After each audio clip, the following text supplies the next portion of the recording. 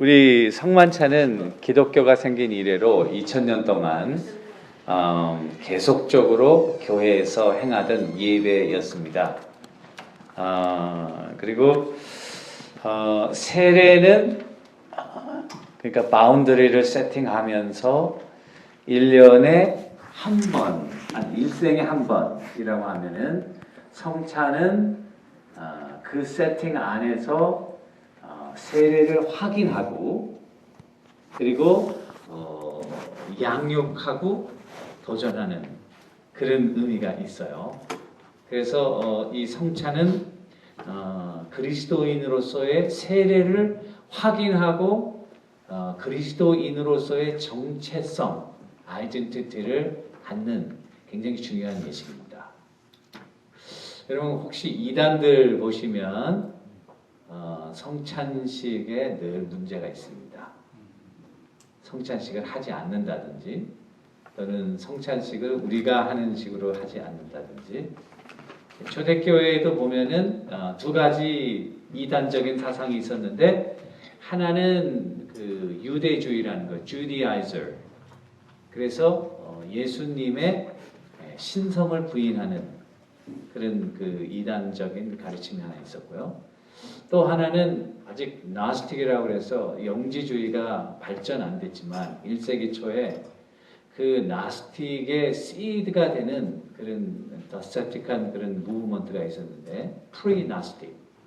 그 나스틱들의 그 영지주의가 생기기 이전에 좀 초보적인 영지주의 보면 예수님의 인성을 부인합니다. 그래서 예수님이 육신으로 온 거는 그거는 육신은 껍데기야. 사실은 하나님이었어. 이렇게 고백하는 거죠. 그러니까 두 극단이 있었어요. 하나는 예수님의 신성을 부인하고 하나는 예수님의 인성을 부인하고 이 두 이단의 공통적인 특징은 성만찬을 행하지 않는다는 것입니다. 예수님의 신성을 부인하는 그리고 예수님의 인성을 주장하는 주디아에서는 예수님이 하나님의 아들인데 죽었다가 뭐 어떻게 다시 살고 이런 걸 안 믿는 거죠.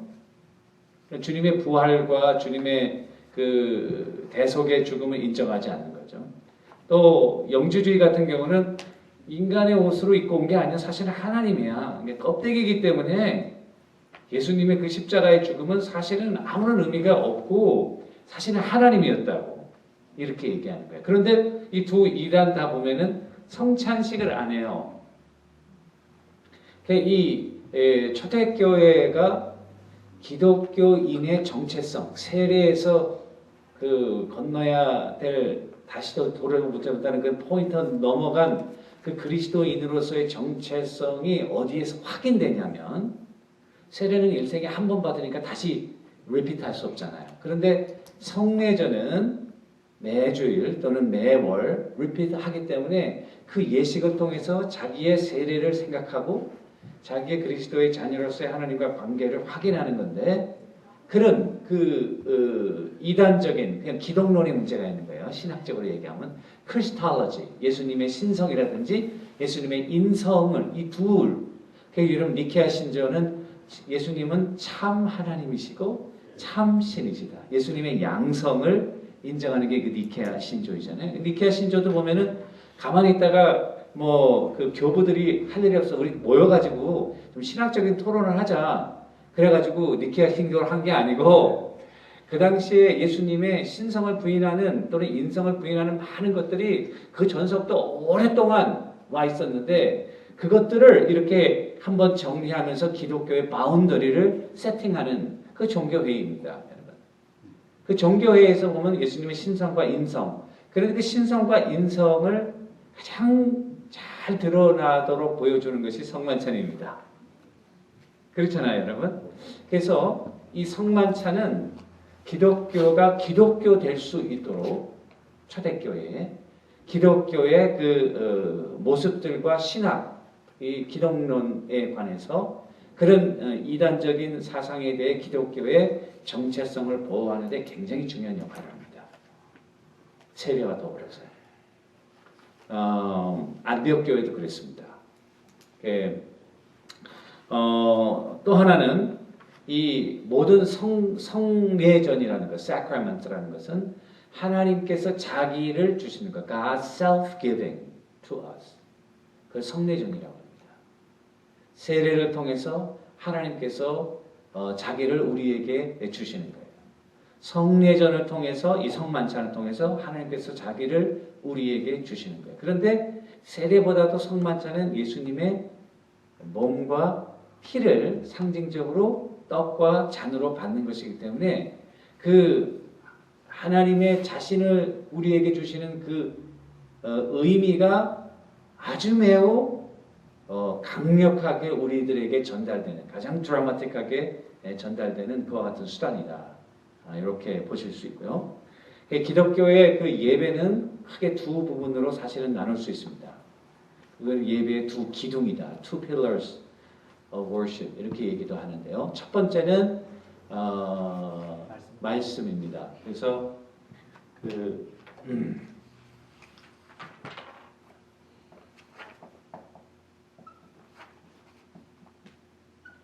초대교회 때 예배는 첫 번째는 말씀인데 그냥 말씀이 아니고 audible word 들리는 말씀이에요. 들리는 말씀. 들리는 말씀이라고 그러면은 꼭 우리가 설교만 이야기하지만 사실은 설교뿐만이 아니고요. 또 뭐가 있죠? 성경 봉독. 또 성경 봉독에 관한 성경 시편을 챈트로 노래를 부른다든지 그것도 말씀을 부르는 그 찬양도 이게 다 여기에 들어갑니다. 첫 번째 큰 기둥은 이 audible word, 그 말씀 중심의 예배고요. 두 번째는 뭘까요? 보이는 말씀이 성만찬입니다. 그래서 이것을 visible word라고 합니다. 그래서 이것은 성찬입니다. 성만찬입니다. 근데 이 보이는 말씀은 그 기원이요, 그 오리진이 어떻게 되냐면은 어디서 오냐면은 회당 예배입니다. 예수님 당시 예수님이 회당에 가셨죠? 안식일마다 회당에 가셔서 성경을 펴시고 읽으시고 그리고 그 성경을 해석하시고 회당 예배의 중요한 순서들을 보시면은 찬양이 있고 기도가 있고 성경 봉독이 있고 그 다음 성경 봉독에 해당하는 그 말씀을 해석하는 지금으로 얘기하면 설교가 있고 그리고 축도가 있고요. 이거 예배 보세요. 여러분들이 주일날 예배 드리는 거하고 얼마나 비슷해요? 이게 어디서 온 것인지 아십니까 여러분? 회당 예배입니다. 그게 일부 회당 예배로 들어가고 회당 예배 그 다음에 성만찬은 보이는 말씀이라고 해서 주님의 몸과 떡을 받음으로 구속의 메시지. 그리스도가 이 땅에 오셔서 자기의 몸과 피를 들여서 자기의 백성들을 구원하심으로 하나님께서 구원하시려는 그 구원의 메시지를 완성하는 구속사적인 메시지가 보이는 성만찬으로 proclaim, 선포되는 것입니다. 우리가 맨 마지막에 성찬식 할 때 이 떡과 이 잔은 받은 것은 주님의 죽으심과 주님의 부활을 주님 오시는 그날까지 선포하는 것입니다. 이러잖아요. 성만찬의 맨 이게 커멘트가요. 그것입니다. 그래서 다 워드는 워드인데 visible word, audible word는 들리는 말씀, 보이는 말씀. 그런데 초대교회부터 이 두 개가 하나의 예배로 이렇게 형성되지는 않았습니다. 이것이 따로 드려졌어요. 그러다가 한 2세기 정도부터는요, 이 두 개가 거의 이렇게 하나가 되어 있습니다.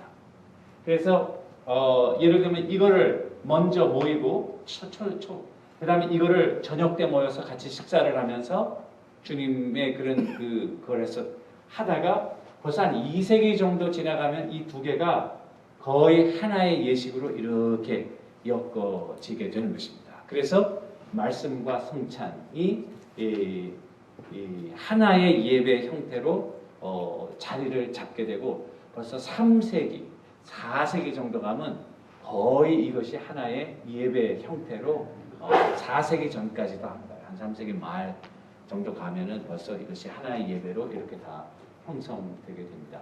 이 성만찬은 주님의 다락방에서 예식에서 온 거죠. 마지막 최후의 만찬을 드리시면서 이 두 개가 우리 기독교 예배의 두 포커스를 맞추는 것입니다. 그래서 이 두 개가요 굉장히 서로 상호 보완적인 역할을 하는 거죠. 이 audible word는 visible word를 확인하고 이 visible word는 audible word를 확인하는 그래서 이 상호. 그런데 여기 이 예배는 안 믿는 자들도 세례 받지 않은 자들도 초대를 받고 예배를 다 같이 드렸습니다. 그런데 이 성만찬에 들어오는 사람들은 세례를 받고 자기의 신앙을 모든 사람 앞에 고백한 자들만이 들어왔습니다. 그러니까 어떻게 보면 이거는 굉장히 이반젤리스틱 복음을 전도하고 선포하는 그리고 이거는 굉장히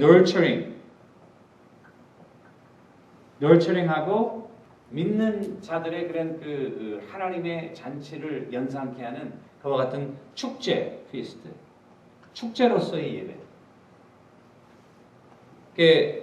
고린도전서 맨 마지막에는 마라나타 이제 이게 앞으로 공부하겠지만 주 예수여 어서 오시어서 마라나타 그 마라나타는 주님의 임재를 기원하는 그런 말씀이거든. 주 예수여 어서 오시옵소서.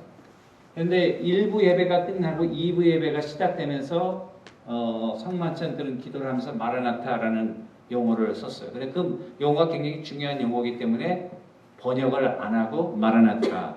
그런데 우리말로는 그걸 번역해서 주 예수여 오시옵소서. 예를 들면 할렐루야 같이 그렇게 됐습니다. 그래서 고린도전서 13장 끝나고 마라나타라고 한 것은 그 말씀을 읽고 그 다음에 성만찬 예식이 있었지 않았는가 많은 학자들이 그렇게 생각을 하는 거죠. 이 두 개는 굉장히 중요한 역할을 하고요. 여러분들이 이제 그 설교에서 나오겠지만은 지금 우리는 대개 다 이쪽 회당 예배. 회당식 예배에 여러분 주일날 설교 주보 다 보세요. 대부분 다 여기다가 뭐 찬양 들어가고 헌금 들어가고 광고 들어가고 그러면 다 이게 주일 예배죠. 근데 사실은 이 예배 어떻게 본론과 같은 중요한 성만찬이 현대 많은 교회들에게서는 빠져 있다는 사실이고 이게 빠지면 어떻게 될까 한번 생각해 봐야 돼요. 한국교회가 많이 빠져 있거든요. 한국교회가 지금 어떤 방향으로 가고 있나 그런 것들을 생각하면서 여러분들이 드리는 성만찬 예식을 좀 생각하시면서 제가 한 3가지로 말씀드릴게요. 첫 번째는 신약 성경에 나타난 그 성만찬의 의미들 성만찬이 가지고 있는 미닝 아까 우리 세례가 가지는 미닝을 5가지로 생각해 봤잖아요. 마찬가지로 성만찬이 가지는 그런 미닝들이 있어요. 신약 성경에 성만찬을 얘기하면서 그 미닝들 한 7가지가 있는데 그 7가지를 먼저 살펴보고요. 그리고 두 번째로는 성만찬을 얼마나 자주 할 건가 그 횟수에 관한 거.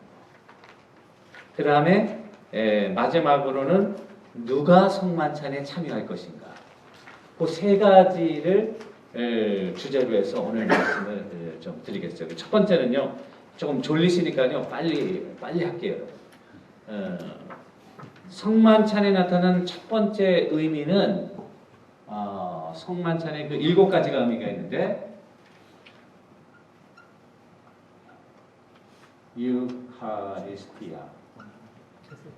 유카리스티아인데 이거는 영어로 번역하면은 give thanks. 하나님 앞에 감사하는. 이 성만찬은요, 첫 번째 의미는 하나님 앞에 감사하는 미닝이 있습니다. 사도행전에 보시면은 날마다 마음을 같이 해서 성전에 모이기를 힘쓰고 집에서 떡을 떼며 성만찬이에요.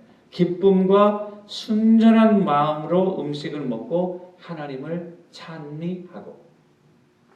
이 성만찬은 굉장히 기쁜 잔치였습니다. 피스트였어요. 감사라고 하는 것은 피스트죠.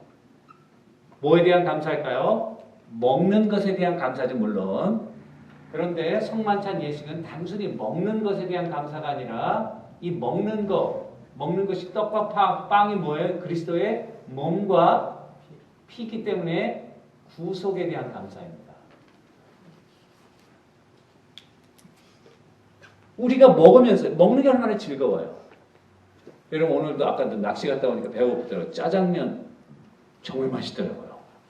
역시 정태 목사님의 말, 배가 고파서 맛있었는지 정말 맛있었는지. 근데 하여튼 어쨌든 너무 맛있었어요. 그죠? 그러니까 먹는다는 건요 굉장히 즐거운 거예요.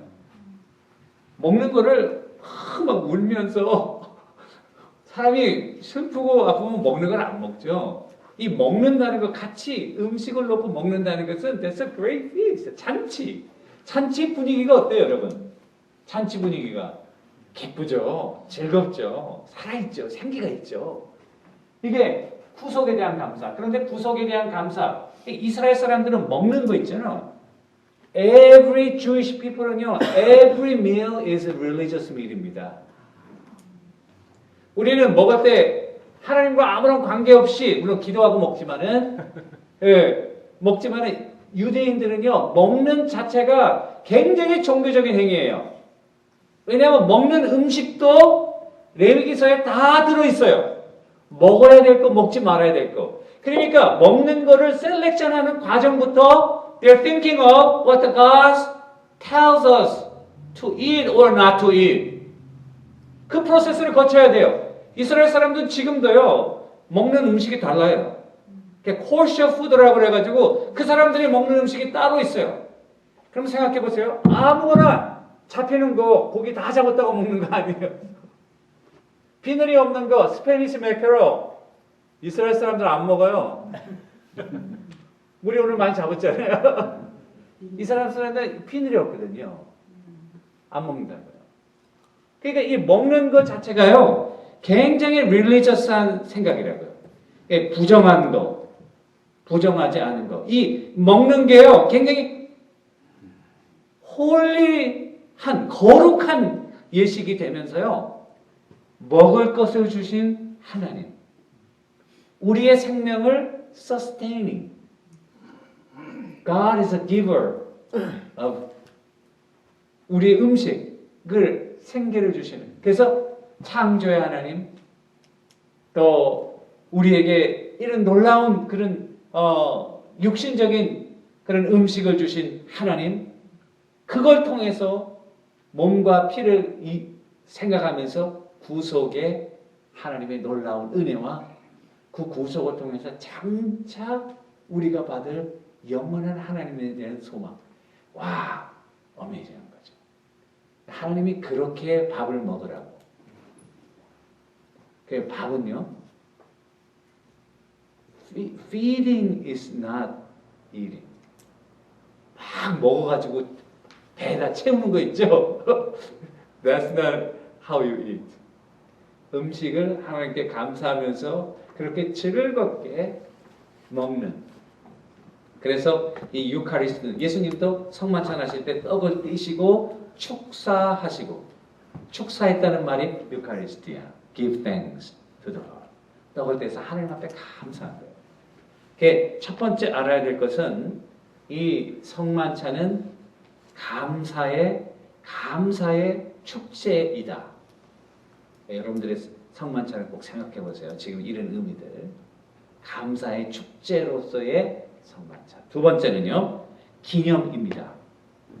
기념은 commemoration이에요. 이 기념하라. 여기 보세요. in remembrance of me. 기념하라.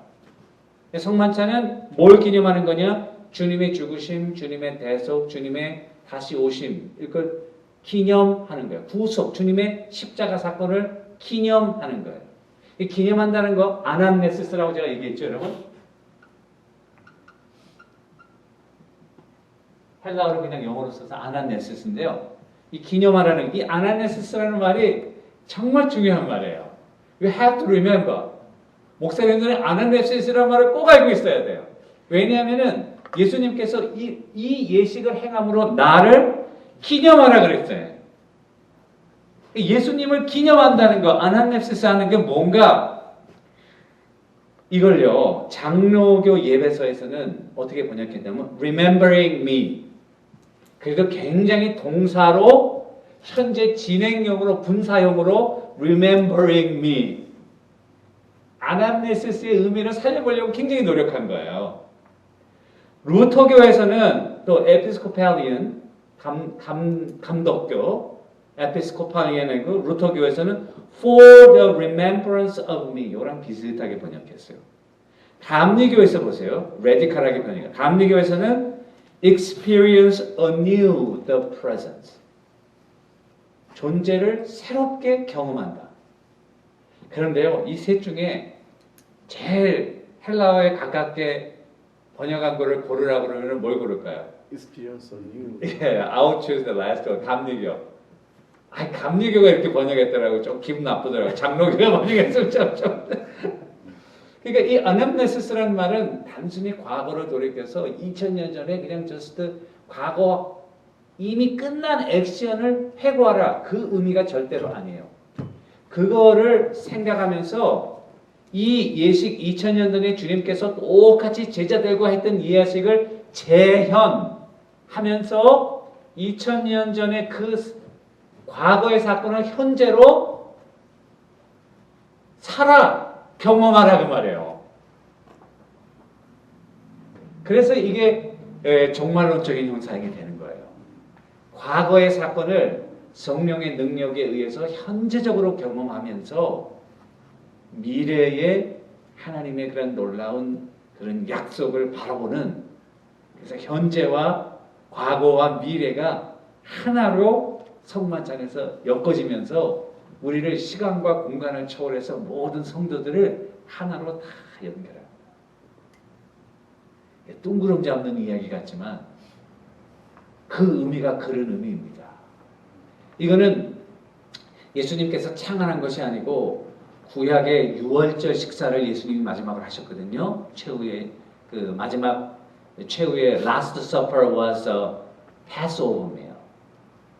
Passover meal에서 Passover meal 하나님께서 이것을 꼭 너희가 기념하라. 유월절을 기념하라. 지키라고 그랬어요.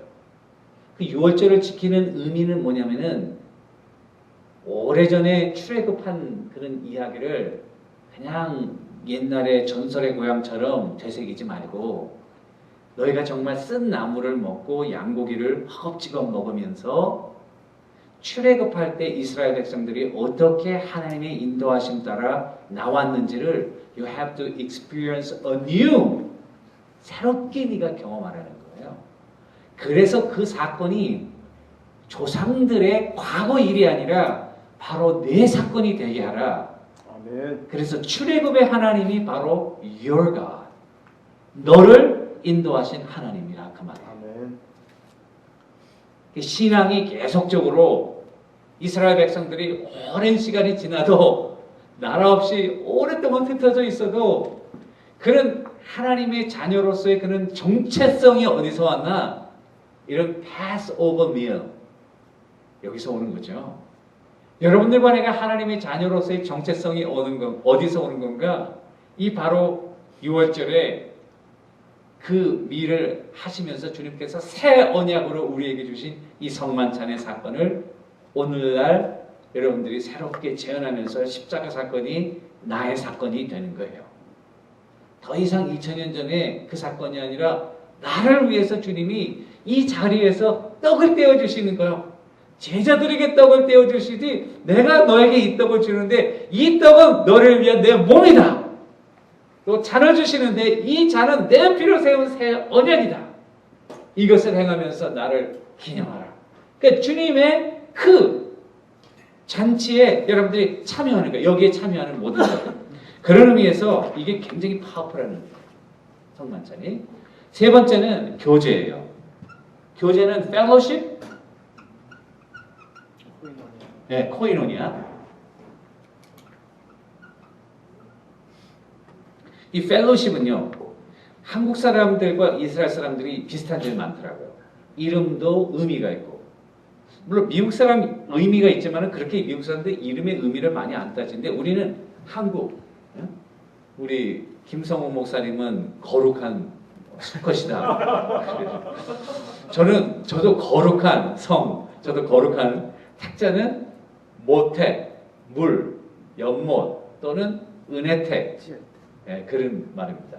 미닝이 있잖아요. 아브라함도 미닝이 있잖아요. 마찬가지로 이스라엘 백성들도요.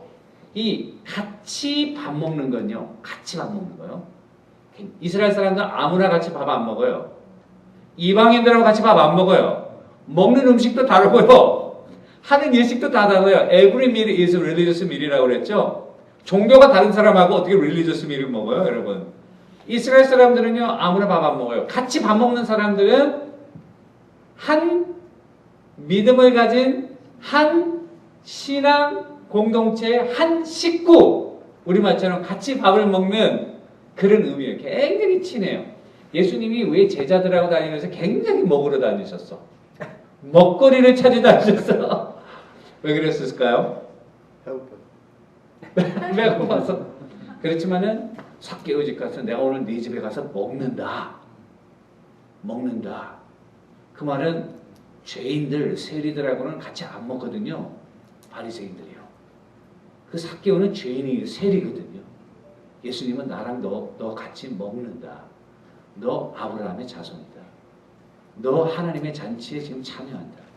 하나님의 자녀로서의 그의 아이덴티티를 컨펌해준. 얼마나 기분 좋은 거예요. 그게 익사이팅한 거죠. 그게 한 식탁에서 밥을 먹다가 발꿈치를 뒤로 든 사람이 있어요. 제자 중에. 그 이스라엘 사람들은요, 같이 디핑하다가 같은 떡을 띄워서 같이 딥해서 먹다가 발 뒤꿈치를 돌렸다는 것은요, 이거는요, 정말 인간으로서 할 수 없는 일이에요. 이스라엘 사람들은요. 가룟 유다가 한 일은 우리는 같이 맥도날드 먹다가도 뒤에 가서 딱 욕하고 그런 거하고 다른 거예요, 여러분. 이스라엘 사람들은 이 같이 밥 먹는 사람들은요. 여러분들이 만약에 유대인의 랍비라든지 중요한 사람 같이 밥 먹잖아요. 같이 밥 먹는 자체가요. 그 사람들은요. You and I the same boundary. We're the same kind. 그런 의미예요. 그 부류에 들어가는 의미예요. 그런데 거기서 배반했다고 하는 것은 하나님을 배반하고 인간을 배반한 사람으로서의 가치가 없는 그런 의미예요.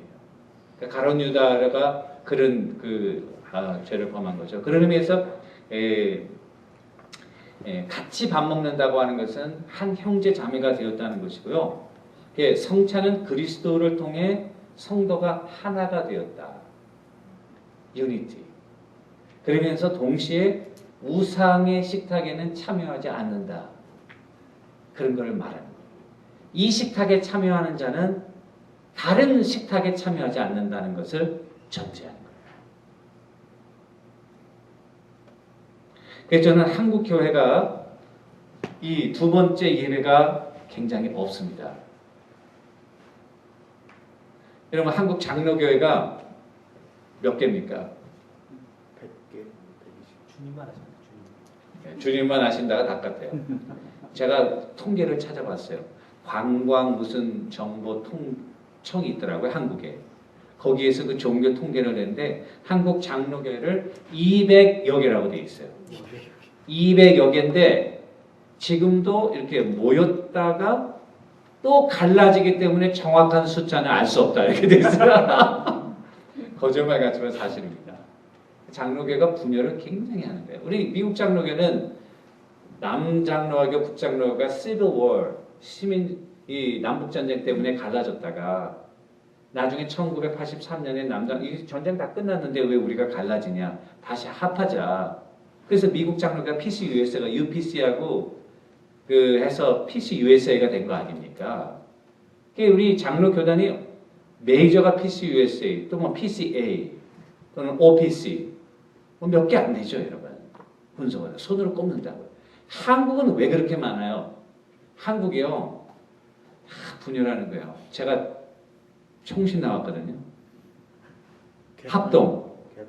합동인데요. 뭐 개판 뭐 다 개판이에요 지금. 근데 통합 측은 통합이요. 합동하고 통합이 뭐가 달라요? 말을 거꾸로 해서 I myself very confused many times. 내가 통합이지 합동이지 한참 생각하고 얘기해야 돼. 잘못하면 통합으로 얘기하고 합동인데. 그런데 뭐 합동 보수, 합동 정통 보수, 보수 통합 정통 뭐 이렇게 붙여가지고 얼마나 많은지 모르는 거예요. 저는 예배학적인 측면에서 왜 한국 장로교회가 이렇게 자꾸만 분열될까? 왜 분열된다고 생각해요, 여러분? 장로하고 싶은 사람 많고. 제가 성만찬을 얘기하니까 성만찬적인 견해에서 보면요, 이 성만찬을 지속적으로 행하게 되면은 그 의미상 한 떡에서 여러 떡이 나가고 받고, 그거는 just one body of Christ. 이 유니티하고 fellowship, 하나됨을 강조하게 돼요. 이 설교라고 하는 것은 굉장히 좀 김동호 목사님 설교, 김삼환 목사님 설교, 오정현 목사님 설교 다 다르잖아요. 똑같은 패시지를 가지고 다 다르잖아요. 정태호 목사님 설교, 손순 목사님 설교, 장 목사님 설교, every different. 똑같은 패시지 가지고 오늘 고린도전서 13장 가지고 설교하라 그러면 다 같아요? 다 다르죠. 하나님께서 자기에게 주신 그런 그 경험과 또 신앙과 백그라운드에서 everybody same text they can preach differently. However, 성만찬으로 오면요, everybody same. 네? 하나가 될 수 있는 놀라운 그런 기초가 어디서 마련하면 설교에서 말하는 게, 설교는 굉장히 다양해요. 시대마다 다르고 또 17세기의 그런 그 사람들의 문화를 반영한 설교, 18세기, 19세기, 20세기, 21세기 요즘 얼마나 많이 설교의 패턴이 바뀌어집니다.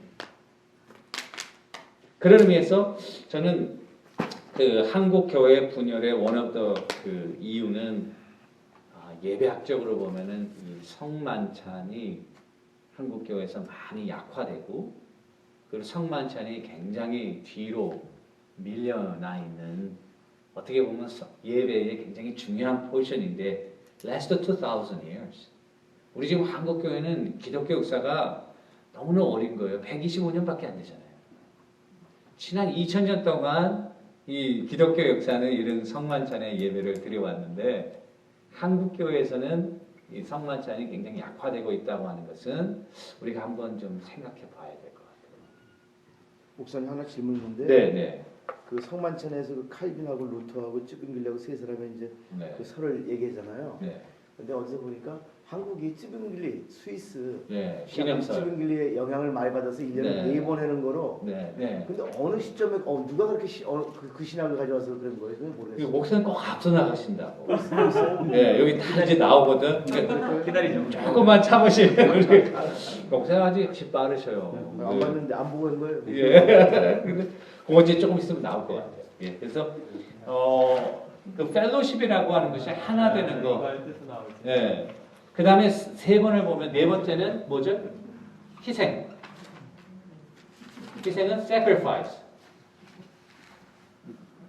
네 번째 의미예요. 그래서 성경 말씀은 마태복음 26장 28절, 이것은 죄 사함을 얻게 하려고 많은 사람을 위하여 흘리는 바 나의 피 곧 언약의 피니라. 성만찬에 그 잔을 주시면서 죄 사함을 위해서 죄 사함을 얻게 하려고 많은 사람을 위하여 흘리는 바 곧 나의 피 언약의 피니라. 여기 보면은 그 대속의 의미가 들어있어요. 그 성찬 제정사 Institution of the Lord's Supper라고 해요. 오늘 읽은 고린도전서 11장 24절 26절. 하물며 여기에도 보면은 이 피는 너희를 위한 내 몸이니 희생의 의미가 다 들어 있습니다. 또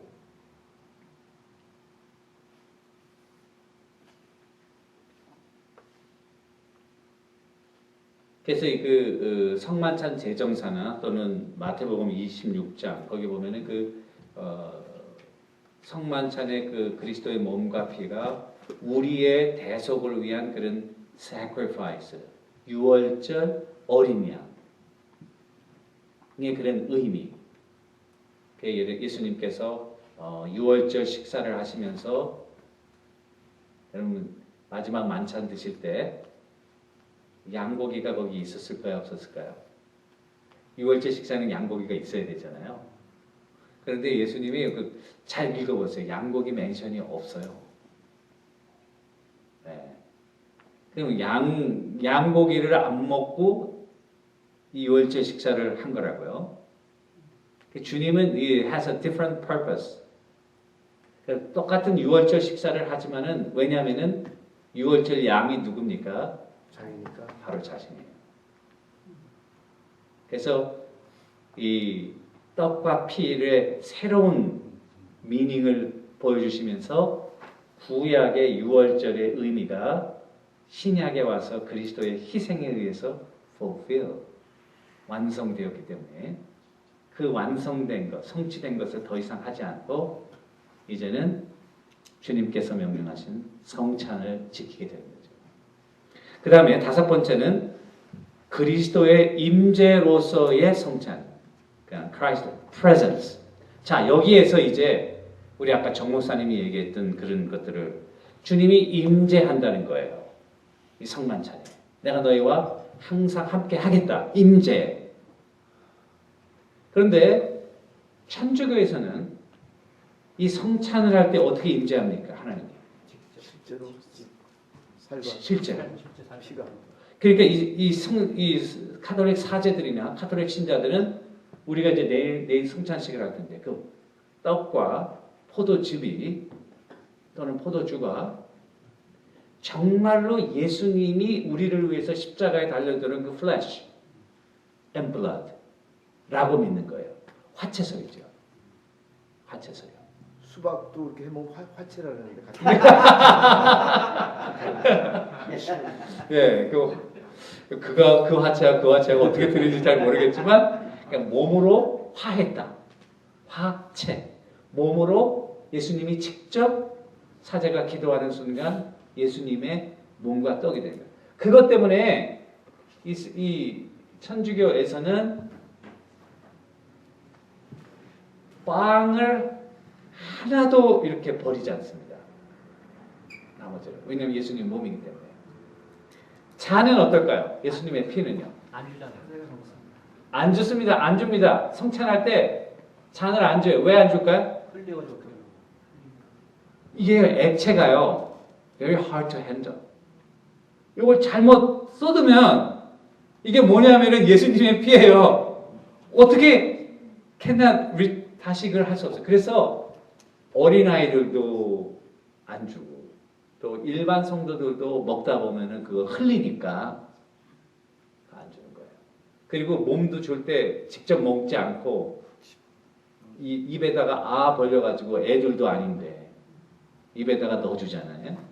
그런 데서 연유한 것입니다. 그러니까 하나님의 성찬을 캐톨릭은 반만 지키고 있는 거죠. 몸과 피를 받아야 되는데 몸만 주고 피는 아직 먹지 말라고 그렇게 된 셈이 된 거예요. 올바른 성찬의 그런 그 시행이 아니죠, 여러분. 그리고 침례교 같은데 그런 데는 기념설이에요. 그냥 기념하는, 근데 아나네시스 기념이 아니고 그냥 상징적인 그런 의미예요. 이건 그냥 떡이에요. 그러니 이것을 생각하면서 이것은 그리스도의 몸과 피를 상징한다. 그러니까 뭐 흘려도 상관없는 거예요. 아무런 문제가 없어요. 장로교는 어떨까요? 칼빈. 장로교는 이 떡과 이 잔이 그리스도의 그렇죠. 그리스도의 몸과 피다라고 이야기합니다. 그런데 주님이 영적으로 임재하신다. 그리스도의 Christ presence. 그리스도가 임재한다. 그래서 그것을 영적 임재다. 우리가 믿는 것은 영적 임재죠.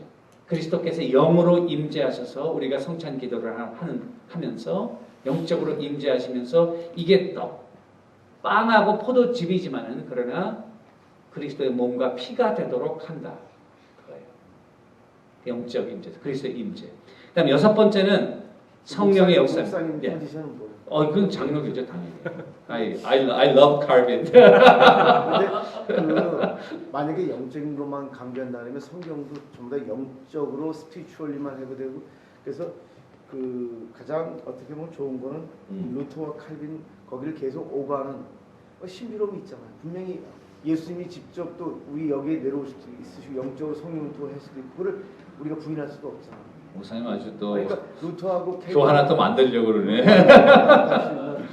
아니 근데 그거는 이제 저는 RCA에서 예. 묵상을 받았거든요. 네. 이제 RCA는 성찬식을 장로교하고 RCA 가 다르게 어디예요? 얘기해요. 리폼 RCA, RCA. 리폼 처치에 네. 어떻게 얘기하냐면 장로교가 똑같은데 한 가지 더 추가를 해요. 오케이. 그러니까는 성찬을 먹고 마실 때 으흠. 그것이 단순하게 예수님의 임재라고 하는 개념으로 얘기를 안 하고 그것이 먹고 마침을 해가지고 우리가 실제적으로 영적으로 성장하는 어떤 그 빵과 포도주라고 얘기를 해줘요. 실제적으로 성장하게 만들어주는 것이다. 거기까지 얘기를. 근데 그것도 우리 장로교에서 그거 이 성찬을 그 means of grace, 은혜의 수단. 근데 그런 의미거든요. 예. 그거 통하는 거예요 우리 좀 장로교. 통하긴 하네요. 예. 루터는 뭐라 그랬어요? 아까 화채서 아니지.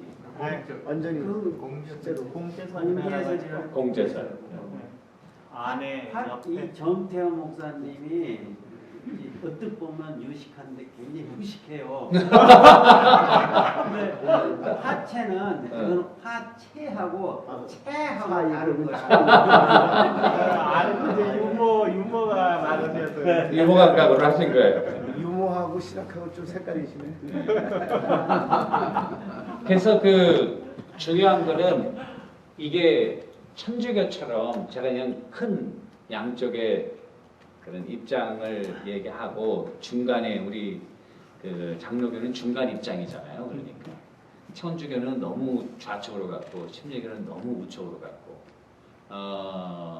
영적 임재설이 맞는 것 같아요. 제가 생각할 때는.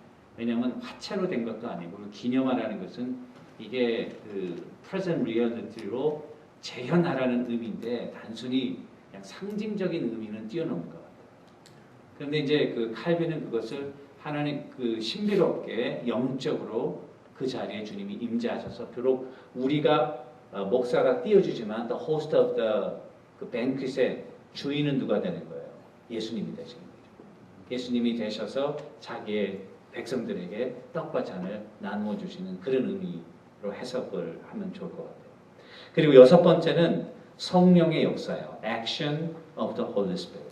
Action of the Holy Spirit은 너무나 당연한 거예요. 성령이 임함으로 아까 얘기했던 그 아남네시스 기념하라는 것도 성령의 역사로 가능한 거죠. 영적 임재설 역시 성령의 역사로 가능한 거죠.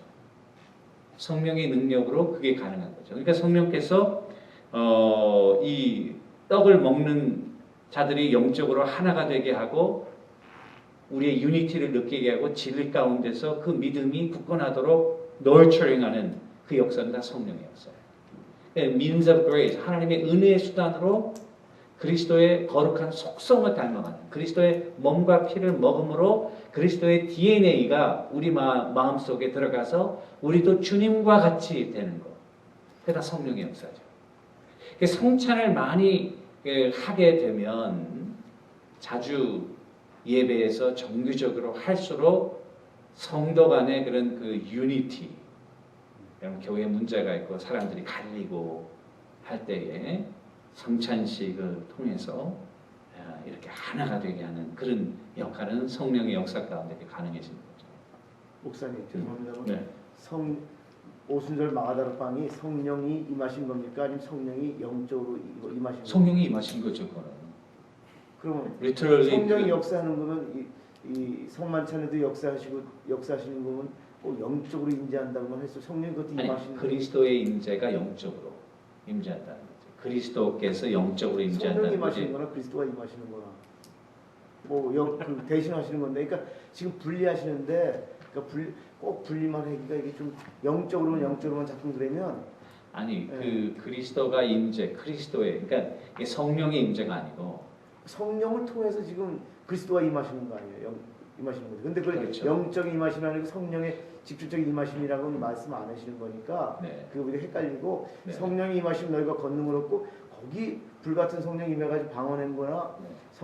성례전 할 때 성령님이 도우시고 또 감화 감동하시 임재하시는 건 그 영적으로만 임하는 건 아니잖아요. 그렇죠. 영적으로 그러니까 제가 얘기하는 거는 그리스도의 임재라는 거예요. 아까 그 임재라고 할 때 영이 성령의 액션, 지금 얘기하는 건 성령의 역사, 행동, 그리고 아까 얘기했던 것은 그리스도의 임재, 그리스도가 성만찬에 임재한다는 거죠. 호스트로요. 그런데 그게 그리스도가 우리 눈에 안 보이잖아요. 성령님도 안 보이시고. 네, 성령님도 안 보이시고. 근데 그리스도가 임재하시면 우리 눈으로 보여야죠. 그리스도는 육신을 가지고 계신 제2위의 하나님이신데. 그렇지만은 영적으로 그 자리에 임재하셔서 그 뱅크의 호스트가 되신다 그 말이죠.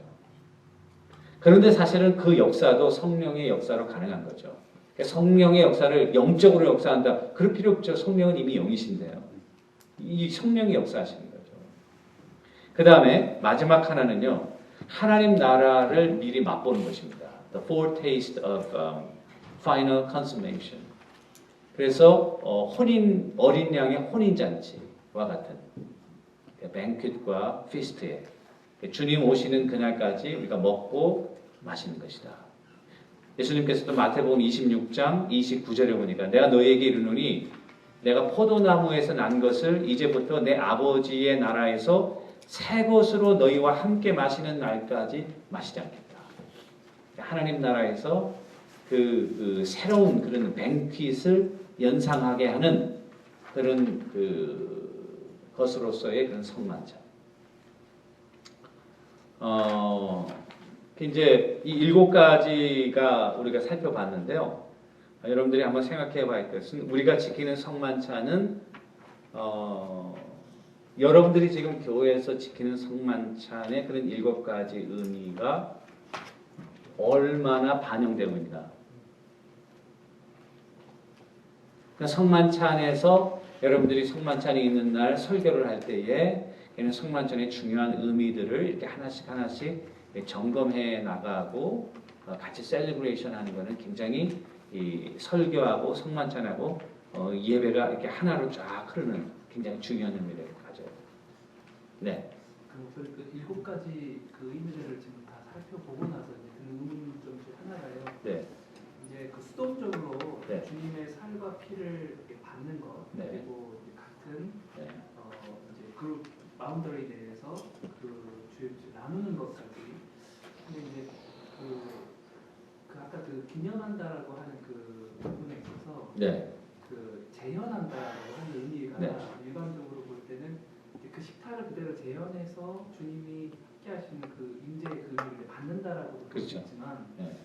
한편 그 재현한다는 것이 좀 이제 이건 좀 수동적인 의미로서 계속 그러다 능동적으로 이렇게 의미를 좀 보자면은 주님께서 살과 피를 나누셨던 것처럼 우리에게도 너희도 살과 피를 나누는 그런 삶으로의 초청을 또 이렇게 들 수 있지 않겠는가 하는 의문이 갔거든요. 네. 여기 이제 그래서 실제로 이제 그 저 같은 경우에는 성찬식을 할 때마다 여러분들이 주의 살과 피를 받고 구속을 받고 그 사랑을 받았고 그 임재로 우리가 하나님의 자녀가 되었어요. 여러분들이 세상 가운데 나가서 주의 살과 피를 나누는 것처럼 여러분들의 살과 피를 나누는 삶을 살도록 예, 그런 그 프로그램을 하거든요. Yes, that's good. 그 부분에 대해서도 실제로 그 이제 기념하고 재현한다라고 하는 것이 단순히 이제 받는 자 입장에서만 아니라 Yes. 그것을 실제로 해야 Yes. 액션을 취해야 그것이 네. 이제 이루어지는 거니까 세상 가운데서 이제 그런 의미도 그 포함이 되죠. 왜냐하면요, 그 예배에 우리가 어저께 잠깐 뒷부분에서 다뤘지만은 세 가지 디멘전이 있었죠. 하나는 acknowledge하고, 두 번째는 rehearse, 살고, 마지막 proclaim. 그러니까 그 성만찬도 예배라고요. 그렇기 때문에 그 세 가지 디멘전이 성만찬에 다 있는 거예요. 그대로 우리의 삶에서 재현을 하고 살고, 그리고 그런 삶을 통해서 이 그리스도의 죽으심과 그것을 선포하는. 맨 마지막 성찬식 할 때 보면은 그리스도의 몸이 하나인데 그 하나의 몸에서 많은 떡을 떼서 우리가 먹은 것처럼 우리도 그리스도의 몸과 폐가 돼서 세상으로 흩어져서 그곳에서 그리스도의 소금과 빛의 삶을 살게 하옵소서. 그 기도가 있잖아요. 그 부분이 네, 네. 당연히 되는 거죠. Of course. 예, 예. 그래서 그 7가지 의미들을 여러분들이 한꺼번에 다 하실 수는 없지만은 몇 번 하시든 간에 한 번에 2가지씩, 3가지씩 간단하게 성만찬 전에 간단하게 그것을 해서 의미를 선포하시고 성만찬의 메시지를 증거하시면서 같이 성만찬을 하시면은 굉장히 더 성만찬의 의미가 살아나지 않겠는가. 두 번째 또 토론해 볼 문제 중에 하나는 한국교회 성만찬은 예수님의 기념인데 예수님의 메모리얼 서비스, 추도 예배. 예수님이 돌아가셨기 때문에 예수님의 추도 예배처럼. 그래서 우리 교회 장로님들도 성만찬 되면은 이렇게 검은 양복을 입고 오시기를 좋아하세요. 여러분 장례식에 가면은 검은 옷을 입잖아요. 예수님이 돌아가셨다니까요. 오늘 그거를 우리가 기념하기 때문에 예수님에 대해서 아주 경건한 그런 그 한국적인 매우 굉장히 유교적이고 유교적이고 한국적인 그런 경건을 표현하는 건데 사실은 예수님이 죽었어요, 사셨어요. 뭐 유머러스한 얘기일 수도 있는데 그럼 하얀 양복이나 네. 뭐 빨간색 양복 아니면 알록달록한 거 입고 하면 괜찮을까요? 그럼요. 그래서 저는 이렇게 고를 때는 좀 밝은 색깔을 입어요. 저는 또 밝은 색깔을 입어요. 그래서 장로님들이 한번 보러 왜 목사님 저런 거 입었을까? 근데 이거는 상관은 없어요. 이게 뭐 색깔의 그런 큰 의미는 없지만은 그 의미를 예수님이 돌아가신 거에만 포커스를 맞추는 건 아니거든요. 물론 희생의 의미도 있지만은 여러분 천국의 잔치도 있고 그 다음에 give thanks도 있고 unity도 있고 많은 의미가 있기 때문에 그것을 다 다른 의미를 컷다운하고 그 다음에 그것을 예수님의 그 죽음에 이거 죽기는 왜 죽어요 예수님이? He is risen again. 다시 사셨는데요. 죽는 데까지만 지금 생각하는 거예요? 그 다음은 마치 뭐 눈 가리고 아웅하는 식으로 우리가 모르는 것처럼 부활하신 거를 막 슬퍼하는데 왜 슬퍼해요? 예수님이 다시 사셨잖아요.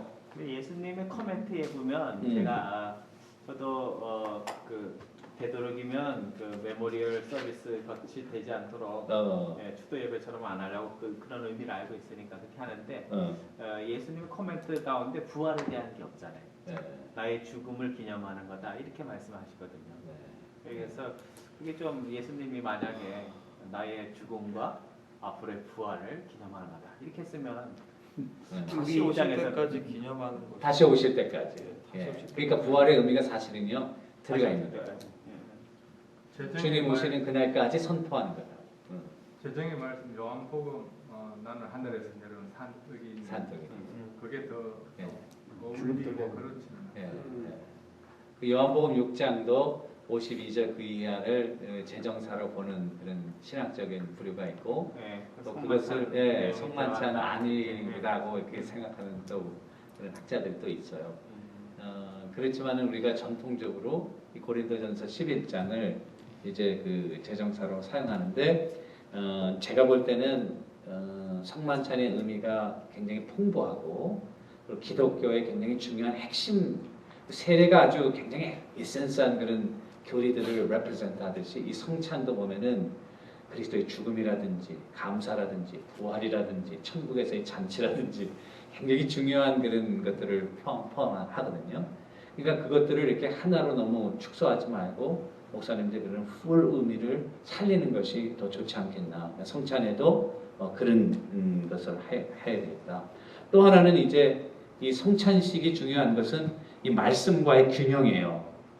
저 같은 경우는 여러분들이 이제 우리가 프리칭 하겠지만은 이 말씀은 사실은 개인마다 다 다르게 해석을 하지만 이건 같기 때문에 그러니까 저 같은 경우는 이제 그 강해 설교를 많이 하고요. 그리고 그렇게 주제 본문 설교를 안 하고 continuous reading 성경을 차례대로 읽어나가는 그런 그 형식의 설교를 하기 때문에 그러다 보면 구약의 어떤 본문에서는 이 예수님의 이 성경을 다 구속사적으로 해석하기 힘들 그런 분야도 많이 있어요. 그렇잖아요? 그럴 경우는 저는 그걸 억지로 의미를 갖다가 거기다가 구속사의 의미를 무슨 오리겐이나 이런 사람처럼 알레고리컬하게 풍유적인 의미는 넣지 않고 말씀 그대로의 의미를 드러내요. 그냥 거기서 구약에서 주는 그런 의미들을. 근데요, 좋은 거는요, 성찬식이 있으면요, 이 성찬식 파티에 오면은 구속의 메시지가 클리어하게 전달되거든요. 이게 이 두 개가 굉장히 웰 밸런스 되면 굉장히 파워풀한 그런 균형 잡힌 예배를 드릴 수 있는 것 같아요. 그런데 이게 없어버리면 어떻게 돼요? 이게 없어버리면. 그러면요, 해석하는 사람에 따라서 기독교 교회의 양상이 굉장히 달라집니다. 성도들의 신앙이 설교자나 이 사람들에게 집중되게 되고 이 사람들의 해석에 의해서 많이 좌우될 수밖에 없어요. 그러니까 어떻게 보면 좋은 것 같지만 위험한 거예요. 굉장히 위험한 거예요. 여러분 우리 한국 교회의 이런 그 예배 모습이 주님이 보시면은 어떨까? 사도 바울이 만약에 한국 교회의 이런 예배의 모습을 보면 이게 내가 생각하는 그런 예배인가? 실제로 캐리그마가 사실 예배도 중요하고 교회에서도 중요하고 늘 그것이 반복돼서 복음에 대한 메시지. 근데 목사님 말씀 듣고 보니까 사실 그 캐리그마를 말씀으로 늘 담아내려고 애를 쓰다 보면 그렇죠. 분명한 한계가 있는 한계가 있죠. 이게 여기 있잖아요. 거기는 확실히 성만찬에 여기 있잖아요. 그래서 여러분들이 한번 그 설교 위주의 위험성을 밸런스를 잡아주는 역할이 성찬이에요. 저는 그 한국 교회의 대형 교회라든지 그런 많은 교회들이 성찬을 굉장히 이제 그 다음 주제로 넘어가면은 횟수에 대해서 조금 생각하면서 그것 좀 잠깐 생각해봐요. 그 횟수는 뭐냐면은 얼만큼 자주 할 거냐 이거예요. 성찬을. 자, 여러분들 한번 물어봅시다. 여러분들 얼만큼 자주 합니까? 한 달에 한 번씩 하시는 목사님들 한번 한 번. 하나, 둘. 또 매주 하시는 목사님. 없고요. 1년에 4번. 1년에 4번. 찝은 네. 1년에 한 번. 4번 이하. 네, 다 그런 우리 장로교는 그거보다에 4번 다 하죠. 4회 이상 하라고 되어 이상 있거든요. 하라고 그러니까 이제 대부분 4회 이상 하려고 그러죠. 네. 저희 같은 경우는 다 5회. 굿 프라이데이에 저희들 성찬이 아주 좋아요. 네. 이제 제가 이런 거 다 설명하고, 그다음에 우리는 성찬이 항상 감사와 기쁨으로 하는 분위기인데, 그때 이제 제가 무릎을 꿇고 그 강대상 앞에 딱 그 밑에 일어나서 앉아 있고, 우리 교인들도 와서 무릎을 꿇고 이렇게 봤거든요. 주님이 나를 위해서 오늘 돌아가셨는데 얼마나 감사합니까? 그 감사가 참 좋더라고요. 네. 그 칼빈도 사실은 이거를 매주 하려고 그러다가 못했어요. 제네바 그 시의원들이 그 반대해서 못했습니다. 왜 반대한 거예요? 왜냐하면 굉장히 캐톨릭에 가깝다. 너무 많이 합니다. 캐톨릭은 성찬에 위주되어 있잖아요. 아니, 빵하고 포도주를 매주마다 공급하려면 돈이 많이 들지. 제가 대신 상하를 듣겠습니다. 아 옛날에 저희 교회에서 좀 자주 더 하려고 했더니 어떤 할머니가 이제 저기 우연이니까 자기가 하는 날은 자기가 사와야 되걸로 그 웰페어 받으시니까 부담스러운 거예요. 많이 하지 말자. 근데 목사님 그 네. 우리가 그 저기 가족 수양회라는 게 있는데 네네네네. 뭐 한 몇백 명씩 모여요. 네. 처음에는 이제 성찬을 했어요. 네. 첫날. 네. 그런데 이 장로님들이 나왔는데 여자 장로님들도 나오고 그랬는데 쓰리바를 신고 오고 이제 그런 게 있어서 근데 제일 그 문제가 된 게 거기는 교인뿐만 아니라 교인 친척들도 네. 이제 다 오는데. 바닷가에 간다니까 왔는데 네. 누구는 받고. 누구는 받고 누구는 안 받고 이제 그렇게 된 거예요. 근데 왜 또 저 사람을 줬냐? 네. 또 많이. 온 사람 어떤 사람은 생각 없이 또 받고. 모르니까. 뭔지 모르니까. 그래갖고 문제가 다 그걸 없애버렸거든요. 네. 근데 교회에서도 네. 이 세례를 받지 않은 또 아주 그 위에서 기도하는 그런 사람들이 있어요. 네. 그참 하나님이 불러가지고 와가지고 지금 완전히 싹이 나는 그 사람들이 있는데 그 성찬식 때문에 시험에 들어가지고 그런 경우가 있어요. 오케이. 그러면요, 그게 굉장히 신경이 있어요. 네. 그래서 그 이게 성찬식이 은혜의 수단이잖아요. 은혜의 수단을 사실은 자주 하는 게 좋겠어요. 가끔 은혜를 받도록 하는 게 좋겠어요. 원칙적으로. 자주 하면 가치가 떨어진다고 생각하는 사람은 그래서 아니 원칙적으로는 여러분 부인하고 남편하고 사랑하는데 사랑하는 그런 표현을 너무 자주 하면은 경망스럽으니까 습관이 되고.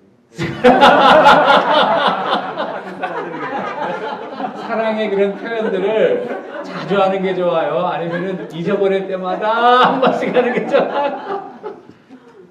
사실은 자주 하면은 우리 장로님 중에 한 분은 자기는 맨날 하루에 3마디씩 자기 부인한테 꼭 한대요. 첫 번째, 감사합니다. 사랑합니다. 미안합니다. 맨날 이 3마디를 뭐 어떤 상황에서도 한다고 그러더라고. 그런데 그러니까 이게 자주 그 부인에 대한 그런 마음을 남편이 표현해 준다.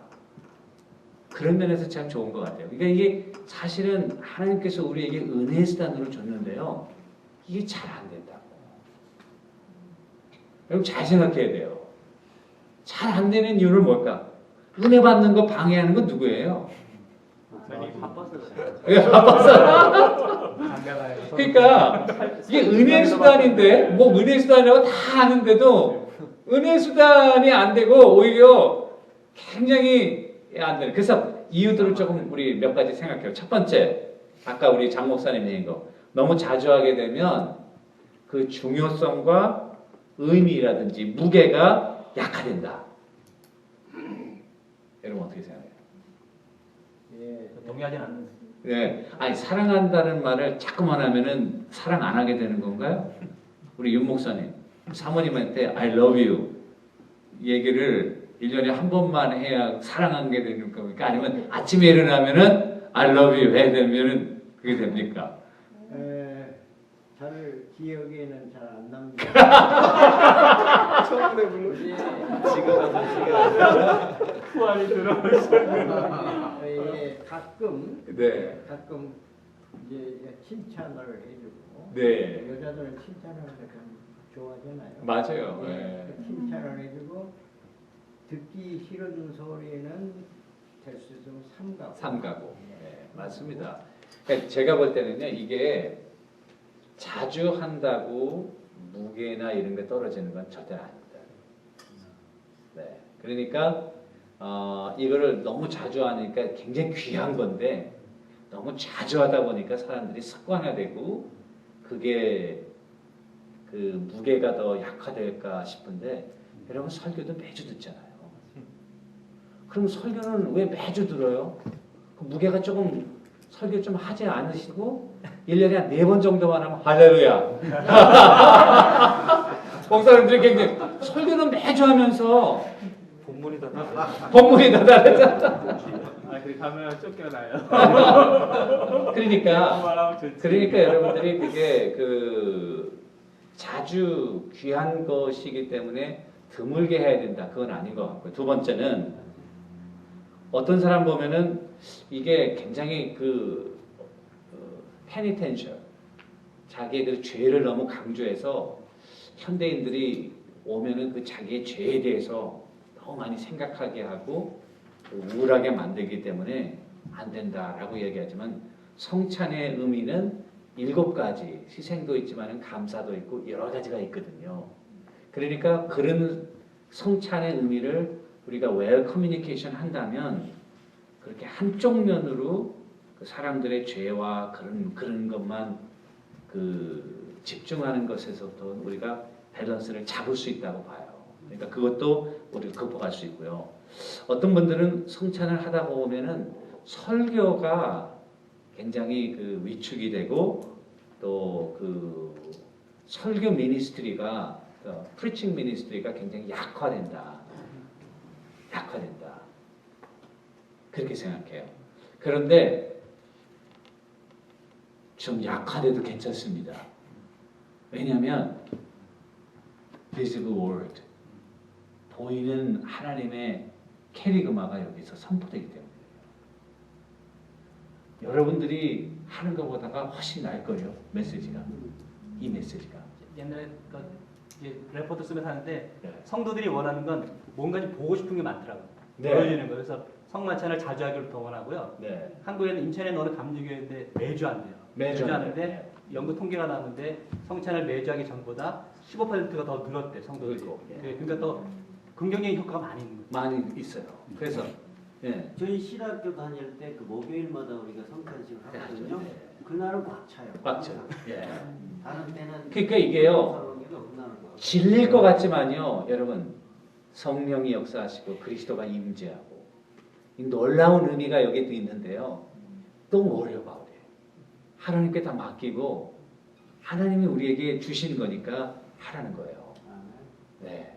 그래서 설교의 미니스트리를 오히려 이게 있기 때문에 여러분들이 더 본문에 충실해서 강의 설교도 하실 수 있고 주제별 설교도 하실 수 있고 그래도 그 예배의 중심인 하나님의 메시지가 성찬에서 증거되기 때문에 오히려 제가 볼 때는 이 성찬식이 있는 것이 하나님의 그런 전체적인 메시지를 균형 있게 성도들에게 먹이는 편식만 하지 말고 우리 목사님들이 좋아하는 메시지, 좋아하는 그런 것만 해서 성도들을 그렇게 편식만 하지 말고 정말로 영양가 있는 이런 그런 말씀들을 경험하게 함으로써 그 설교 미니스트리도 저는 성찬식 있는 날은 참 좋아요. 오히려 더. 질문이 하나 있는데요. 제가 두 가지 그 얘기를 네. 하고 싶은데요. 네. 한 15년, 20년 전에는 네. 이 성만찬을 할 때에는 반드시 세례교인이 아니고서는 안 된다. 안 됐습니다. 오케이. 그래서 반드시 목사님께서 세례 받은 자만 하라. 예, 예. 이렇게 선포를 하고 그렇죠. 네. 이렇게 했는데 네. 요사이는 그게 또 제가 보기에는 누구든지 그냥 다 받아요. 네. 어린아이도 네. 그렇고 뭐 누구든지 예. 다 입교인도 받고 장로 그 목사님 그거 이제 나중에 그 문제 지금 첫 번에 질문하셨던 그 문제를 예. 세 번째 단락에서 제가 한번 다룰 거예요. 예, 고맙습니다. 그거, 그리고 예. 그게 하나가 제 네, 질문이고요. 질문이고요. 네. 두 번째는 성찬식도 이렇게 이제 그 시대에 따라서 이제 변천이 많이 왔는지 옛날에는 이 떡을 네. 이 잔에다가 이렇게 넣어가지고 네. 저것도 뭐야 저 포도주도 네. 이제 그것도 이렇게 해서 둘로 이렇게 구분해가지고 이렇게 했거든요. 네. 그런데 요 사이 보면은 빵 한 덩어리를 딱 이렇게 가지고 네. 이 목사님이 이제 설명을 하면서 이걸 쪼개고 네. 그 다음에 이제 교인들이 서가지고 하나씩을 이렇게 띄어서 이렇게 네. 먹어요. 그게 이제 시대적으로 발달이 돼서 그런지 발전이 돼서 그런지 그런 뭐 그 의미는 다 똑같겠지만 맞아요. 예, 의미는 같은 하지만 같지만 그 방법면에서 네, 맞습니다. 좀 그 사실은 의미는 같은데 약간의 그 방법상의 그런 것은 조금 변화될 수 있을 것 같아요. 제가 볼 때는 빵도 뭐 어느 종류에 따라서 제가 할 때는 보스턴 대학에서 할 때는 우리 목사님 그 피타 브레드 있잖아요. 이 납작한 거 있잖아요. 그 이렇게 뜯어가지고 넣고 이렇게 뜯기가 좋아요. 큰 거 뜯으려면은 안에서 뜯느라고 아주 복잡한데. 다 뜯어요. 예. 그래서 그거는 조금씩 이렇게 시대에 따라서 목사님 조금 변화가 가능한 것 같아요. 예. 내일 저희가 성찬식 할 때도 그렇게 빵을 띄어가지고 딥하는 식으로 그렇게 하려고 해요. 예. 그게 여러분들 그러니까 설교 미니스트리가 위축된다. 그것도 좀 여러분들이 좀 팩터가 되지 않는다는 걸 좀 알아주시면 좋겠고, 네 번째는 저는 성찬식이 있는 날은 예배가 길어진다. 그래서 저는 이제 처음에 할 때 성찬식이 있는 날 좀 싫어했어요. 왜냐면은 곧 대학교 때 막 교회 다니고 성찬식이 있는 날은 한 30분 길어지는 거예요, 예배가. 30분 예배 길어지니까 오늘 성찬식이구나. 또 늦겠네. 뭐 이런 생각이니까 은혜 받기 이전에 벌써 이게 시간 오래 걸리는데 이거 바빠 죽겠는데 뭐 이런 생각이 드니까 은혜가 막 확 날아가는 거죠. 그 성찬식이 있는 날의 설교를 어떻게 해야 될까? 짧게 밀어붙인다. 끝까지. 5분 줄이다. 조금 줄여가지고 뭐 완전히 이렇게 시간에 맞출 수는 없지만 맞출 수 있다면 더 좋고, 설교를 여러분 좀 짧게 해도 길게 해야 설교 은혜 받습니까, 여러분? 아닙니다. 반대죠. 제가요 그 강도사, 저는 총신 나와 강도사 봤거든요. 강도사 보는데 우리 그 제가 창신교회 출신인데 신세원 목사님이 김강도사 이쪽이라도 강도사가 됐으니까 저 미국에 유학도 간다고 그러니까 대외 설교를 한번 하라 그러시더라고요. 그래서 야 좋기는커녕 야 대외 설교를 어떻게 하냐. 한국에는 장로님들이 또 장로석이 따로 있잖아요. 장로님들이 여기 20몇 명이 쫙 앉아 있고 그게 참 고민이더라고요. 그래서 제가 어떻게 할까 하다가 제가 그때 대학부를 맡고 있었는데 뭐 신학교 1학년 때부터 3학년 때 배운 모든 지식을 총동원해가지고 정말 설교를 있는 힘을 다해서 딱 준비했더니 내가 보니까 한 장 정도 되더라고요. 그래가지고 연습을 좀 해봤죠. 연습해봤더니 한 7분 되더라고요. 성공하셨네. 7분. 근데 뭐 더 이상 할 말도 없고 할 수도 없고 뭐 할 말이 더 이상 없어요. 정말 솔직하게. 그래가지고 어떻게 해요? 뭐 그냥 준비한 거 가지고요. 딱 했어요. 그런데 우리 청년 회원들이 딱 끝나고 나더니 강도사님 오늘 설교 짱이었대요. 그래서 이야 역시 내가 열심히 준비한 보람이 있구나 그랬더니 강도사님 졸라고 딱 보니까 벌써 끝났대요. 나 그래서 내 설교 은혜 받았다는 줄 알았어요. 근데 그게 아니고 졸량이 어려워. 이제 딱 폼 잡고 잘라고 그러는데 설교가 끝나더래. 그러니까 은혜가 빠거든요. 근데요, 우리는 목사님들은 설교를 많이 해야 성도들이 은혜 받는 줄 알아요. 그런데 오히려 성도님들은요, 좀 짤막하면서 약간 그런 조금 더 했으면 하는 그런 뉘앙스를 줄 때 여러분들이 딱 끝나는 게 그게 파워풀해요. 그런데 어떤 목사님들은 죽으라고 하고 싶은 얘기를 다 해야 성도님들이 좋아하는데 그렇지 않다고요. 여러분들 그걸 한번 생각해 보세요. 그런 의미에서 성찬식이 있는 한 더 좋아요. 조금 줄여가지고 여러분들이 그거를 메시지를 성찬에 관계된 걸로 하든. 예. 매우 첫 번째 주일마다 한인 공동체하고 미국 회중이 성만찬을 하면서 예배를 하거든요. 네. 근데 역시 우리 미국 목사님들도 상당히 실용적이고 네. 아주 정확하게 메시지를 작성을 하더라고요. 그렇죠. 제가 이제 통역을 하는데 일반 설교 때야 그다음에 이 성만찬이 있는 첫 번째 수일 설교의 농도가 대단히 다르더라고요. 아. 시간은 이제 짧게 해야죠. 네. 성만찬 예식이 들어있기 때문에 그런데도 메시지의 질과 네. 그다음에 그 효과는 네. 그 대동소이하다. 그럼- 그래서 1시간 내에 그럼요. 끝나는 겁니다. 엑기스로 해가지고 그런 내용적인 건 어떻게 배치하는지. 어떤 일? 그러니까 저는 뭐 관계 없이 하거든요. 여기 네, 설교를 네, 그래서 이 성찬식과 관계없이. 그러면 괜찮아요. 이유가 있는 건 아니고요. 예. 네. 근데 성만찬 때 또 거기에 대해서 Exactly 설명을 fine. 하니까, 네. Whatever you want to do, 어떻게 하시는 you 게 plan to do, you do it here. As far as 성만찬이 행해지는 한 괜찮은 거예요. 여러분들이 여러분들의 설교 스케줄대로 나가시면 돼요.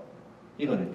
근데 모든 설교 스케줄을 그렇게 한다 할지라도 네. 결국에는 연결이 될 수밖에 없어요. 연결이 되면 더 좋죠. 그러니까 제 말은. 이게 왜냐하면 예배가 유니티가 있어가지고 하나의 팀으로 흘러가면은 파워풀하게 성도들에게 그 의미가 전달되잖아요. 찬송가 부를 때도 여러분 랜덤하게 안 부르시잖아요. 여러분들의 그 메시지와 연관해서 부르시잖아요. 그러니까 처음부터 끝까지 이거 막 강조하면은 성도님들이 세상 살기도 바쁜데 여기까지 와가지고 머리 쓰겠어요? 힘들죠.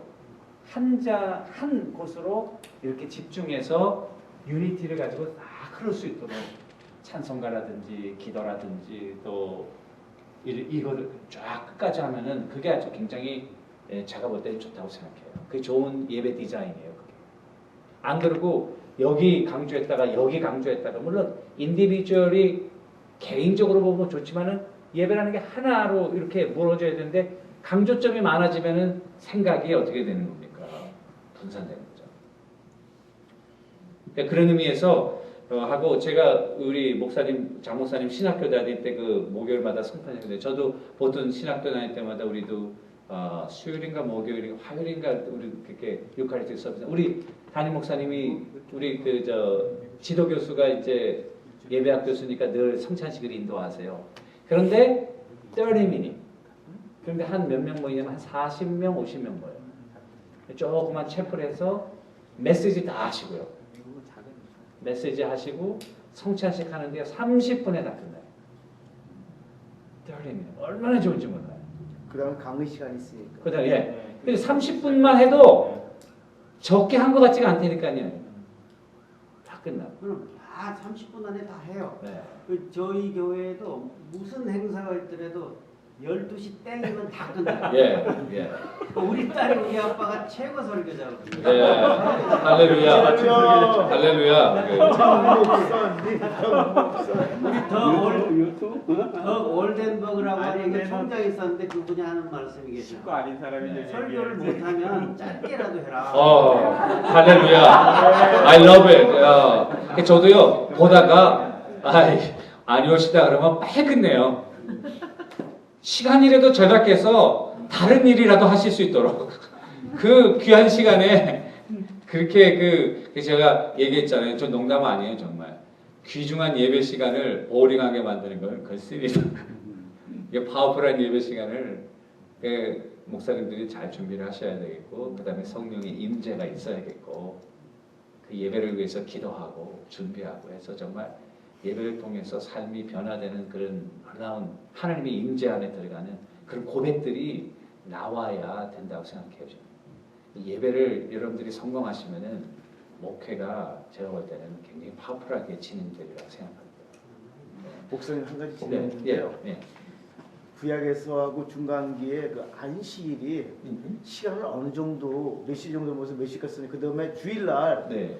주일날 개념에서 안식일 개념을 포함한 이 주일날 개념에서 우리가 예배라는 것이 교회에서 시간 보내는 것이 얼마 예배 시간고 그다음에 그 교회에서 하루 종일 저녁까지 붙들어두고 오후 시간을 붙들어주서는 그래서 안식일 개념이 완전히 빗나간다고 생각하는데 네. 어떻게 그러니까 더 이상 우리는 안식을 지키지 않죠 지금은. 안식 후 첫날이니까. 그런데 구약의 안식일은 금요일 저녁부터 해지고 안식일이 시작해서 토요일 해질 때까지. 그게 안식일이죠. 그동안은 이 사람들이 정말 아무것도 안 해요. 아무것도 국도요. 불 켜는 거 안 해요. 미리 밥 다 준비해 놓고 정말 그 자기네들의 율법 있잖아요. 안식일의 그 법률 있잖아요. 그대로 지금도 그래요. 엘리베이터도 높이 사는 사람은 엘리베이터도 안 누르잖아요. 다른 사람이 눌러준대. 다른 사람 보고 눌러달라고 그러죠. 자동적으로 서비스가 있어서 네. 층마다 열렸다 닫히고. 서비스 문이 있어. 예, 서비스 모드가 있어. 모드가 있어가지고. 예, 예. 그러니까 그렇게 하고 그런데 저도 지금 1시간 예배 드리거든요. 1시간에서 1시간. 예배는 1시간인데 그 다음에 붙들어두는 시간이 또 많다. 뭐 저녁 예배가 있든지 오후 예배가 있든지 뭐 당회가 있든지 재직회가 있든지 막 뭐 해가지고 하루 종일 쓰게 하는 것이 그게 주일 개념 안식일 개념이에요. 저는 I don't think so. 목사님은 실제로 주일날 교회 몇 시에서 퇴근하세요? 저는요 뭐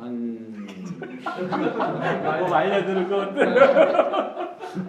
저녁 몇 시에 집에 들어가세요? 그러니까 장로님들하고 아니 저는 주일날에 뭐 그 장로님들하고 만날 일은 없고요. 그런데 이제 새가족반 성경 공부가 있어요 저희가. 1년에 3차례 있는데 거기 한 달씩 되는데 지금 하고 있어요. 3기 마지막. 그런데 거기에 점심 먹고 우리가 3부 예배가 11시 15분에 시작해서 12시 한 20분, 25분이면 끝나거든요. 3부 예배, 마지막 예배가요.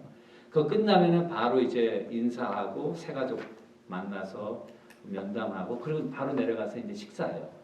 식사하고 올라와서 1시부터 2시 끝나면은 새가족 끝나면은 오후에는 제가 특별히 신방 안 오신 분들 또는 아프신 분들 신방 하든지 새가족 오신 분들 중에 못하신 분 신방 하고요. 그 일 없어요. 주일날 신방을 해요? 네, 신방이요. 그거 안식일인데. 안식일이 아니라니까. 안식 후 첫날. 안식도 포함되어 있죠. 안식일 주인이랑. 안식일날 병 고치셨잖아요. 그러니까 말이죠. 그러니까 그게 없는 날에는 저 한 3시면 들어가죠. 그게 없는 날이면 3시면 들어가고 어떨 때는 그게요 2개도 있어요. 그리고 저녁 약속까지 있으면은 한 6시 7시 들어와요. 그러면 월요일 되면 이제 파김치가 돼가지고 그렇게 돼요. 그러니까 그런데 우리 찬양팀이 조금 늦게까지 연습을 하는 것 같아요. 한 3시 반까지 찬양팀이 연습을 하고 그 다음에 재정부가 하는 장로님이 목사님 힘들어 죽겠어요. 뭐가 힘들어요? 그랬더니 헌금이 너무 많이 들어와요. 시간이 너무 많이 걸려. 진짜 장로님 그러면 안 되지. 헌금이 많이 들어와가지고 시간 많이 걸린다 그러면 안 되지. 근데 뭐 있고 없고 간에 다 끝나면 재정부가 밥도 위에서 먹어요. 그냥 왔다 갔다 그 비정실을 비울 수가 없으니까 해가지고 뭐 책 맞추고 그 코드 넣어서 우리 컴퓨터라이즈 다 돼 있어요. 다 그걸 코드별로 해놔서 다 입력하면 코드별로 해서 컴퓨터로 다 하거든요. 그러니까 그렇게 하니까 그래도 한 3시면 3시까지. 그러니까 재정부 사람들이요 제일 불쌍해요. 거기 틀어박혀 앉아가지고 돈 세느라고. 근데 뭐 감사한 거죠. 뭐 그 사람들이 좀 늦게 가고. 근데 우리는 동네가 좀 좋은 동네여가지고 월요일에 가보면요 문도 안 잠그고 다 열려져 있어 또. 그러면 가서 내가 또 문 잠그고 우리 관리 집사님이 있는데 또 뭐 이렇게 가시고 그러고 그래서 그래요. 그런데 뭐 이렇게 저는 오랫동안 없으면 빨리 들어가서 쉬는 게 좋죠. 뭐 미국 교회에서 보니까 그 재정 관리도요. 네. 각 예배 때마다 은행 디파짓 할 때 쓰는 봉투 있잖아요. 네. 거기다가 전체를 다 넣어가지고 교회 금고에다가 딱 그대로 넣더라고요. 그리고는 12시 되면은 거의 교회가 거의 빕니다. 네, 그때 목사님도 그냥 그대로 퇴근하시고 그다음에 화요일 날 재정위원들이 와가지고 금고를 열고는 꺼내서 계산을 하고 그걸 이제 재정 담당 비서에게 넘겨서 거기서 컨트롤라이즈 하고요. 그런 시스템도 상당히 좀 좋다 이거죠. 우리는 주일날 해가지고 월요일은 디파짓 바로 들어갑니다. 우리 교회 스타일이에요. 근데 우리 교회 또 재정하시는 분이 많아가지고 그 컴퓨터라이즈 다 했어요. 그리고 또 재정 나가는 항목도 얼마나 많은지 몰라요. 그래가지고 그거를 하는데 아주 풀타임이 잡은 파타임이고 우리 재정부 장로님 이 재정하는 게 풀타임인 것처럼 내가 맨날 고맙다고 그래요. 수고하신다고. 그 자기 회사 컴퓨터 써가지고 맨날 교회 일하고 그래서 교회 일만 하지 말고 회사에도 열심히 하시라고. 근데 하여튼 뭐 그렇습니다. 그래서 또 하나는요 인터넷 설교예요. 여러분이 인터넷 설교자들과 경쟁할 수 없는데 성만찬이 예배의 중요한 포션이라고 그러면 인터넷에서는 성만찬 할 수 없거든요. 그러니까 여러분 인터넷에서 훌륭한 목사님의 설교를 한 편 들었다고 그거를 예배 드렸다고 생각하면은 안 된다는 거예요. 그죠? 그러니까 그런 면에서 또 좋아하시고요. 그다음에 이제 성경 봉독 같은 것도요. 성경 봉독은 그런 그 설교를 위한 하나의 그런 준비로 우리가 얘기하지만은 사실은 회당에서 예배를 보면은 성경을 시간이 가능한 한 읽었어요. 그게 1시간이 됐든 2시간이 됐든 이 사람들은 성경을 가지고 있지도 않고 어떤 사람은 성경을 읽을 줄도 모르고 회당에 오면은 성경을 낭독하는 사람이 있고 그 성경을 시간이 가능한 1시간이고 2시간이고 계속 읽는 거죠. 그러니까 성경 봉독 자체가 해석 없는 성경 봉독 자체가 하나님의 말씀 선포의 의미를 가지고 있다는 거. 그러니까 집사님들이나 또는 장로님들이 성경 봉독을 할 때도 준비 없이 이렇게 하지 말고 하나님의 말씀을 선포하는 의미로 성경 봉독도 짧은 성경 봉독이지만 여러분 잘 해보세요. 거기에 해석이 없어도 메시지가 성령께서 필요한 메시지를 성도님들에게 주십니다. 성경 봉독을 통해서. 성경 봉독도 조금 훈련시키시고 여러분들이 집사님들이나 또는 장로님들에게 성경 봉독을 어떻게 하고 어떻게 읽고 그런 것들을 이렇게 하시면 더 좋을 것 같아요. 마지막 하나만 빨리 하고 마칠게요. 성찬에 누가 참여할 것인가 라는데 첫 번째는요. 이화 세례교인이요. 아까 우리 윤 목사님 지적해 주신 건데요. 이화 세례교인이라고 하는 것은 이제 믿는 부모 밑에서 어릴 적에 그 유아 세례를 받은 아이들이에요. 그 아이들이 우리 지금 장로교에서는 입교하기까지 성찬식에 참여를 못합니다. 입교하기까지. 입교. 자, 그래서 이거 지금 퀘스천 질문을 가하는 건데요. 왜 유아 세례 받은 아이가 성찬식에 세례를 받았는데 유아 세례는 세례입니까 아닙니까? 세례죠. 반세례입니까? 온전한 세례입니까? 온전한 세례. 예, 반세례라는 건 없습니다. 유아 세례가 됐건 성인 세례가 됐건 세례는 세례입니다. 그 세례의 5가지 의미가 거기 다 들어가 있는 거거든요. 그러면은 이 유아들을 지금 우리가 성찬식에 한 익스클루드 시키는 이유는 뭐냐면은 얘네들이 포도주가 뭔지 또 그 떡이 뭔지 모른다고 말이에요. 모르면서 받는 것은 안 좋다. 그러니까 받지 말아라. 근데 아이들이요. 그게 그리스도의 몸과 그리스도의 피다 그러면은 알아듣습니까? 못 알아듣습니까? 알아듣습니다, 여러분. 다 알아듣습니다. 그런데 우리의 전통과 관습에 의해서 어린 아이들은 모른다고 생각하고 그 성찬식에서 그 아이들을 제외시키는 거예요. 제가 착각하는지 모르는데 PCU에서 보면은 유아세례 교인도 받을 수 있도록 돼 있나요? 그죠? 예. 네. 제가 알기로는 총신 출신이세요? 우리 아니 PCUSA는 장로도 타업도 안 되는데 우리 PCU에서는 받을 수 있죠. 네, 그건 제가 잘못한 것 같습니다. 예. 그건 굉장히 좋은 거라고 생각해요. 그래서 제가 뭐 얘기냐면은 세례를 주지 말든가 세례를 줬으면은 fully 성찬에 참여할 수 있는 권리가 주어져야 된다는 거예요. 핵심은 그거예요. 예. 왜냐면은 아는 거 모르는 거 따지면은 어른이나 아이나 하나님 앞에서 it's the same. 우리 아이 하나가 2살짜리 정도 2살이 안 됐는데 성찬이 청해보는 집에 가서 빵을 주니까 빵을 잡고서는 할머니 할아버지 앞에서 This is broken bar. 근데 딴 데 이사 가가지고 1년 됐다 1년 만 있다 다시 오니까 잊어먹었어. 굉장히 그 효과가 엄청. 빵만 잡으면 This is broken body of Jesus Christ. 예. 우리 애들 그 예수님의 살 예수님의 피 그래. 네. 생들이 그래. 그래서 시간이 안 걸리는 이유가 이 로마 캐톨릭에서는 사제들만 받는 거 그것도 온전한 성찬은 아니라고 생각하고요.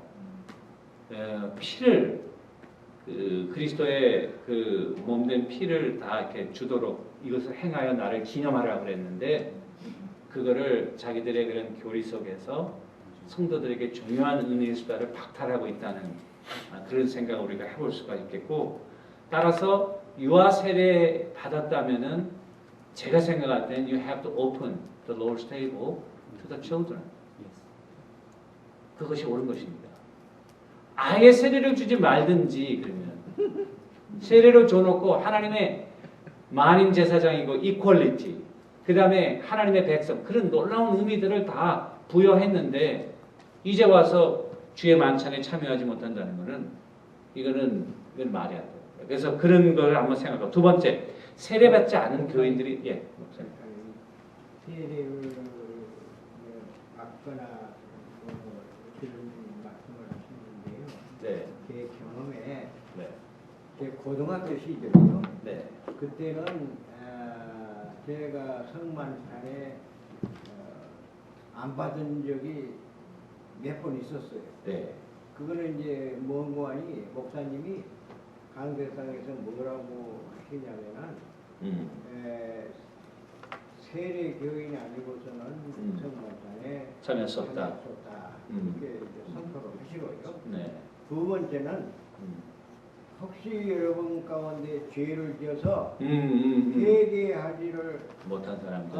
못한 사람은 이 성찬식에 이 예수님의 떡과 포도주를 이렇게 받는 것은 피와 살을 받는 것은 범하는 것이니까 Exactly. 회개하지 않는 사람은 맞습니다. 이거 받을 수가 없습니다. Yes, 맞습니다. 그렇게 선포를 했거든요. 네. 그러면 가만히 고개 숙여가지고 앉아 있어 보면은 죄 지은 것이 많거든요. 많고 이거 회개하지도 않고. 그래서 그 성찬식에 고등학교 때부터 저를 죄라는 게 꼭 잘못된 게 아니라 그래서 성찬식을 못 받았어요. 그랬더니 이제 또 성찬식 때마다 고개를 이렇게 들고 옆에 사람을 이렇게 봐서 저 사람은 봤나? 저거 나보다 더 빨리 그래서 또 어쩔 때는 너무나 창피스럽고 하니까 또 할 수 없이 이렇게 받고. 예, 그런데 그런 일이 있었거든요. 네. 감사합니다. Thank you for sharing. 네. 지금 그런 얘기를 하고 있잖아요. 지금 윤 목사님. 근데 예배가 말씀하고 성찬까지 다 끝나는 거 아닙니까? 그렇죠. 네? 그렇죠. 이제 말씀은 100% 참여할 수 있고 네. 성찬은 100%가 못 되거든요. 그렇죠. 1%라도 참여 못하는 사람이 있다고요. 그렇죠. 그러면 교회가 참여 못하는 그 1%요? 몇 프로든 간에 네. 100%가 아닌 그 사람들에 대한 생각은 좀 하는지 모르겠어. 네. 그러니까 자주 한다고 하는 거는 네. 자주 할 때 아까 그런 생각 가지고 복음을 전해야 되는데 네. 100%에 참석하지 못한 사람들. 네. 그런데 그런 이제 사람들 소외시킬 수 있는 네. 가능성들이 자주 할 때 일어날 수 있지 않겠느냐. 그런 생각은 좀 하고 있는지 모르겠어요. 네. 알겠습니다. 끼리끼리 모이는 건 좋죠. 자기들을 중심으로 생활해야 돼요. 한 생명을 또 생각하는. 옛날에는 우리 성만찬 때는요 네. 오히려 무서웠어요. 무서워. 예, 무서워가지고 아주 덜덜덜덜 떨면서. 엄해가지고 떨고요. 예, 맞아요. 네, 그렇게 했었거든요. 네, 그런데 옛날에 그랬어요. 오늘날에는 뭐 누구든지. 네. 뭐 그런데 예, 그 아까 너무 홍 목사님 그런 말씀하신 게 것처럼 해야 되는데 사실은 이 성찬이 이 그 세례의 바운더리 안에 들어온 자들이 하는 거기 때문에 이 바운더리 밖에 있는 사람은 그렇다고 소외라기보다도 그들도 이 여기에 들어올 수 있도록 이렇게 도전하는 의미가 사모하는 마음을 더 갖도록 사모하는 마음. 근데 그렇게 생각하면 좋은데 그렇지 않는 사람들이 있으니까. 네, 혹시라도 좀 조심스럽게 저는 그런 저는 그 성만찬 할 때 그런 사람이 있는 게 이제 딱 보이잖아요. 그러면은 이렇게도 한 적이 있어요. 컴프로마이즈를 한 건데 세례는 받지 않았지만 예수 그리스도를 주라고 믿고 있는 분들은 다 나오십시오. 그렇게도 이야기했는데 사실은 좀 목회적인 차원에서 하는 말이에요. 근데 그 우리 기독교 전통은 세례 바운더리를 정하고 그 바운더리 안에서 성찬을 했기 때문에 이거를 왜냐하면은 세례 성찬의 의미도 굉장히 중요하기 때문에 모르고 캐주얼하게 받는 그런 건 아닌 것 같아요. 그래서 소외된다 그러면은 I'm very sorry for them. But 목사님들이 소외되지 않으면서 이것은 성도들만이 가지는 놀라운 특권이고 은혜의 수단이라는 것을 말씀해서 아까 우리 목사님 말씀하신 것처럼 사모하면서 이 안으로 돌아올 수 있도록 번면해서 천국의 잔치에 모든 하나님의 백성들이 다 참여하는 게 좋지. 많은 사람들이 참여하는데 몇 사람은 참여하지 못한다면 얼마나 새드한 일이에요. 굉장히 심볼릭한 미닝이 있잖아요. 그러니까 그런 의미에서 그렇게 하면 좋겠고 또 한 가지만 하고 제가 마칠게요. 하나는 뭐냐면 다른 교단에서 세례 받으신 분이 왔을 때 그 사람들이 여러분들의 그런 교회에서 성만찬을 할 때 성찬을 받을 수 있겠는가라는 거예요. 그럼 어떻게 생각하십니까? 당연히 있다고 생각해요. 그렇죠. 왜냐하면 세례가 하나가 되고 감리교나 또 한국에서는 아마 그렇게 안 할 거예요. 자기네 교단에서만 받아야 아마 가능할 거예요. 안 그렇죠. 안 그렇습니까? 아마 교단마다 조금 틀리죠. 조금씩 다르죠. 통합을 안 그렇습니다. 네, 통합을 통합을 안 그렇습니까? 통합이 좀 근데 장로교에서는 침례도 다 세례로 인정해 다 주는데 죠. 침례교에서는 안 인정 안 하죠. 해주는데 그런 침례에서는 내가 모르겠지만 성찬에 참여할 수 있는지 없는지 저도 잘 모르겠어요. 보다갔죠. 예, 저도 잘 모르겠어요. 만약에 침례를 인정하지 않는다면 성찬에 참여하는 것도 안 되겠죠. 세례 받은 거를 인정을 안 하니까. 그러니까 침례를 그거는 성찬에 참여를 못할 가능성. 그러니까 거기 이제 성만찬 위원회에 대한 한 코멘트가 있으면 좋겠는데요. 예배학을 전공하신 목사님께서는 또 PCUSA 교단법에 따라서요. 성만찬 위원 그게 뭐 자격이랄지 위원요. 예, 위원 거기에 대한 한 코멘트가 있습니다. 저 배찬하고 예. 그냥 저희 교회에서는 어떻게 하냐면은 예배위원회에서 시무, 휴무 장로님들로 연초에 1년 스케줄을 다 짭니다. 그래서 그 주간에 우리는 3번 할 때 6분씩 필요하거든요. 장로님들요. 그래서 지금 우리가 6번, 7번 하고 있어요. 성찬식을. 저희도 많이 못하고. 그런데 내년부터는 제가 지금 하나 생각하는 거는 일부 예배를 성찬 예배로 만들 거예요. 그래서 일부 예배는 매주 성찬하고 3부 예배는 약간 우리 오픈 월십이거든요. 근데 일부 예배는 조금 트래디셔널해요. 그런데 성찬식이 우리가 한 일부 예배 때 우리가 많이 나오진 않아요. 한 60명, 70명 나오는데요. 그런데 이렇게 우리는 늘 떡을 띄어서 딥해가지고 하거든요. 정말 시간 안 걸려요. 그리고 너무너무 좋아요. 그렇게 하기 때문에 내년에는 한번 제가 그래서 일부 예배는 늘 성찬식을 하는 예배로 좀 특이하잖아요. 그리고 성경적이죠. 어떤 교회들은 토요일 날 큰 교회, 토요일 날은 성찬 예배를 이렇게 저녁에 성만찬으로 드리는 교회가 있어요. 매주. 목사님, 이제 장로님들이 계신 교회는 장로님이 하시면 되는데 저희 교회는 장로님도 안 계시고 양수 집사님도 한 분이 계세요. 그래서 지금 제가 모르는 게 우리 PCS 교단 안에서는 성장위원들이 누가 할 수 있는 그러니까 꼭 안수받으신 뭐 그게 이런 없어요. 규정이 그건 아니에요. 그건 없어요. 예, 없을 거예요. 당연히 그러니까 평신도도 할 수 있을 거예요. 근데 그 그럴 회원, 때는 저는 개척교회 할 때 뭐 아무도 없으니까 내가 두 개나 들고 네, 우리 같이 목사님. 대찬 때문에 네. 안 그래도 이거 그 끝나고 여쭤보려고 했던 문제인데요. 그 끝나고 여쭤보세요. 질문을 다 하시고 혼자서 좀 이야기 좀 하세요. 졸리지 않게 만들어야 네, 목사 하세요. 하나만 하고 마쳐요. 실제로 중고등학교 때도 네. 또 청년부 때도 그 사역을 할 때 수련회 같은 때 갔었을 때요. 이제 애찬식이라는 이름으로 이렇게 하는데 실제로 어떤 식으로 했냐면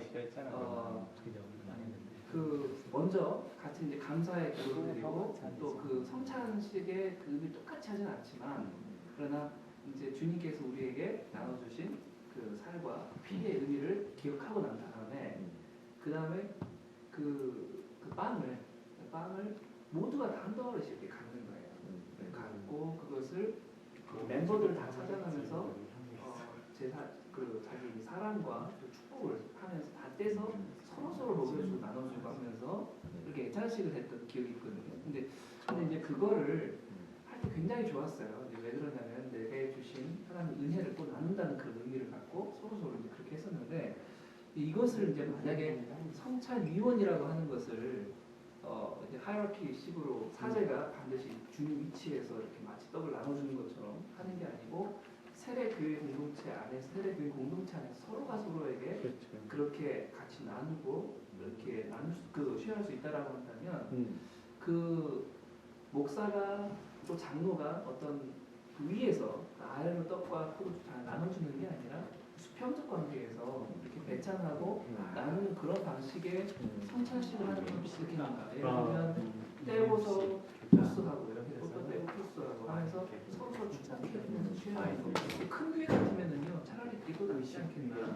왜냐하면 동시에 이제 열마다 이렇게 갖고 그룹을 해서 나가는 그런 어떤 배찬의 문제에 있어서는 그 제약이 없고. 네, 그거는 제가 볼 때는 굉장히 좀 크리에이티브 하신데요. 그리고 한번 교단에 따라서 생각해 보려고 하기도 해요. 네, 생각해 볼 만한 문제였던 것 같은데요. 근데 그래서 아직 그 worth thinking. 그 스코틀랜드 장로교식으로 그 우리가 12명씩 모여가지고 이게 각자 또 뛰고 그렇게 해봤는데 이게 새로 하니까 이게 막 혼란이 오는 거예요. 오히려 은혜가 더 안 돼버리고. 제가 가장 은혜되고 기억나는 그 성찬식이 하나 있는데 우리 신학교 때 한 THM 유학원 목사님들이 많이 그때 있었어요. 90몇 년도에 93년, 92년 정도에. 그래서 우리가 2박 3일 리트릿을 스모키 마운틴으로 가는데 그날 밤에 성찬식을 하는데 딱 꺼내갖고 오는데 이 갤론짜리 포도병이 4개가 나왔어요. 저 없을 때 갔어요. 91년. 그렇지. 그다음에 이 저 성찬 분명히 대접 이만한 거 국수 그릇, 우동 그릇 있죠. 이만한 거 나와. 한 잔씩 드셔보면 꿀꿀 따라가지고 김문용 잘하는 것 같아 지금. 세 사람을 못 넘어가고. 근데 그때 성령이 그냥 와서 아니 진짜 성령이 온 게 아니라 오순절 체험이 온 거예요. 저 없을 때 써요. 그분들이 지금 장신대 교수하고 지금 중학교 목사 나와요. 제가 전화 드릴게요. 지금 전화 드릴게요. 큰 교회 목사님들하고 장신대 교수하고 계시고. 근데 칼빈도 이 시편도 보면은 포도주가 우리를 기쁘게 한다. 그러니까 기쁨을 준다 그랬어요. 그러니까 개틀린 목에서. 예. 사실은 이게 포도주로 하거든요. 미국. 근데 우리는 포도즙으로 주스를 하고 있지만은 포도주로 해도 괜찮습니다. 근데 이렇게 대접을 해가지고 건강하게 마시고 저희 신학교는 이제 한쪽은 주스, 한쪽은 네, 원하는 대로 원하는 대로 맞아요. 어떤 사람은 또 알코올에 그런 예민한 알러지가 있는 사람들은 주스로 할 수 있게끔 옵션을 주고 우리 그 대학교 때 우리 직구준 선배 형들도 그러더라고요. 맨날 그 성찬 씨가 너무 좋아하는 거예요. 그래서 포도주를 했거든요. 그러니까 야 이거 너무 잔이 짜다. 그래서 야 우리 대학부 술 다 모여. 야 우리 계를 하자. 계. 한 곳에다 몰아줘. 성찬식 딱 받으면은 조금씩 마시지 말고 한 사람한테 몰아줘서 한 사람이 건강하게 마시고 그 다음에는 요 사람한테 제가 한국에 있을 때 1, 2, 3, 4부 빈통에 마시니까 속쓰리더라고요. 예. 그래서 이제 결론적으로는 이 성찬이요 하나님께서 우리에게 주신 선물이라는 거 그리고 성찬을 통해서 세례를 확인하고 또 성찬을 통해서 우리가 자녀들로 양육되고 성도들의 정체성을 가지고 이 땅 위에 그런 그리스도의 증인으로 오는 주님 오시는 그날까지 살아간다. 성찬식이 있는 한 기독교의 그 정체성은 잃어버리지 않습니다. 설교만 있으면 잃어버려요. 이단적이고 잘못.